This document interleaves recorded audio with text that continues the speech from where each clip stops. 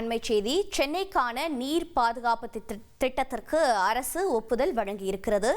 சென்னை மாநகருக்கான நீர் பாதுகாப்பு திட்டத்திற்கு அரசு ஒப்புதல் வழங்கியிருக்கிறது. இதனால் வெள்ளம் வறட்சியை எதிர்கொள்ள இந்த திட்டம் உதவியாக இருக்கும் என்று தகவல் வெளியாக இருக்கிறது. மேலும் விவரங்களை செய்தியாளர் பாஸ்கர் வழங்கிட கேட்கலாம். பாஸ்கர் வணக்கம். இந்த திட்டத்திற்கு ஒதுக்கப்பட்டிருக்கக்கூடிய நிதி என்ன?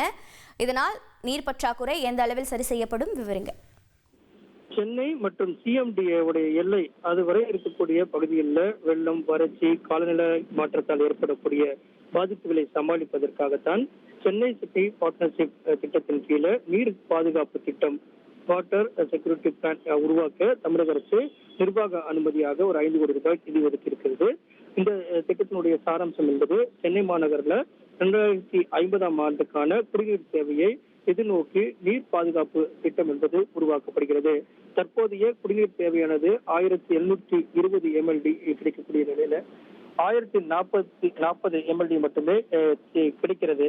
குடிநீர் தேவை என்பது 1720 இருக்கிறது. கிடைக்கக்கூடிய MLD என்பது 1040 இருக்கிறது. கடல்நீர் குடிநீராக்கு திட்டம், மற்ற குடிநீர் உள்ளிட்ட பல்வேறு இடங்களிலிருந்து கிடைக்கக்கூடிய நீர் மற்றும் மழையை நீர்த்தேக்கங்கள் மூலமாக சேமித்து வைப்பதன் மூலமாக அந்த நீரினுடைய அளவாக இருக்கிறது. 27 TMC அளவில் நீர் பற்றாக்குறை எதிர்பார்க்கப்படுகிறது. இதன் காரணமாகத்தான் இந்த மழைநீர் சேமிப்பு, அதே நேரத்தில் நீர்நிலைகளுடைய பராமரிப்பு, மேம்பாடு, ஆறுகளில் ஆக்கிரமிப்புகளை அகற்றி மீள் அமைப்பு உள்ளிட்ட பல்வேறு விதமான திட்டப்பணிகள் எல்லாம் மேற்கொள்ளப்பட உள்ளது. இதற்கான ஒரு 1000 திட்டங்கள் அடையாளம் காணப்பட்டிருக்கிறது.